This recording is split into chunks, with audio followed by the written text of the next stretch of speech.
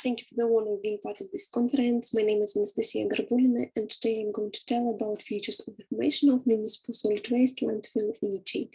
Let me use in my speech an abbreviation MSW, that means municipal solid waste. A large amount of MSW is generated annually in all parts of the world.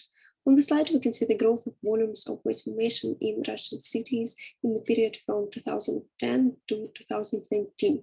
The increase of this index was 29%, and that is a perceptible value. Nowadays, the most common methods of waste management in many countries, including Russia, are landfilling, incineration, and recycling. In Russia, the biggest part of municipal waste is deposited in landfills, and only 6% of MSW goes to recycling plants. Landfills are supposed to be a great problem for the environment that influences not only surrounding landscapes, but also human health. Toxic substances that are formed at landfills can penetrate in soil and water, and that can lead to the ingress of dangerous products into human organisms. Landfill gas pollutes the atmospheric air with methane, carbon dioxide, and so on. During the waste decomposition, a toxic liquid that is called leachate is formed. It contains heavy metals, organic matter, xenobiotic organic compounds, and inorganic macro components. The leachate composition is influenced by different factors. For example, age of landfill, climate, the level of state development, and the waste type. The leachate's toxicity and harmful effects on the territories near the landfills cause the necessity of its collection and purification. It can be done at the local stations near the landfills or at a city treatment plant. Also, we can recirculate the leachate usage with or without its purification.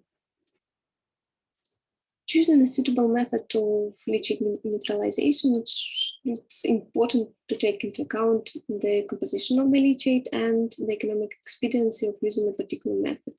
It is considered that the perfect system for leachate neutralization should be: first, able to extract a large number of harmful substances; second, applicable for leachate for various compositions and concentrations; and third, as efficient as possible with the lowest energy and economical costs.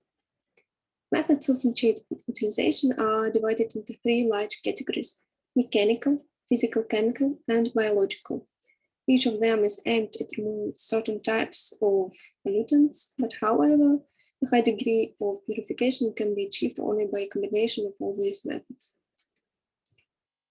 The current situation with the landfills in many Russian cities requires an immediate solution. First of all, we have to develop complex sorting and further recycling.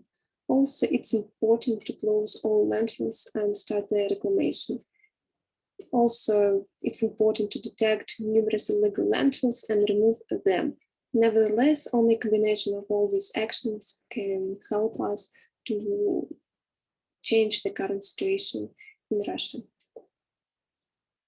The federal project Clean Country is one of the key areas of the national project ecology for the elimination of unauthorized landfills within the borders of cities. The project aims to reduce the environmental damage associated with the disposal of waste and improvement of the quality of life of the population. This year, I'm going to carry out some works at landfills in Moscow and Leningrad regions. Among my plans, a sampling of soil, water, bottom sediments, and leachate. These samples then I'm going to analyze at the laboratory of Mining University. Also, I will choose some suitable methods for leachate neutralization.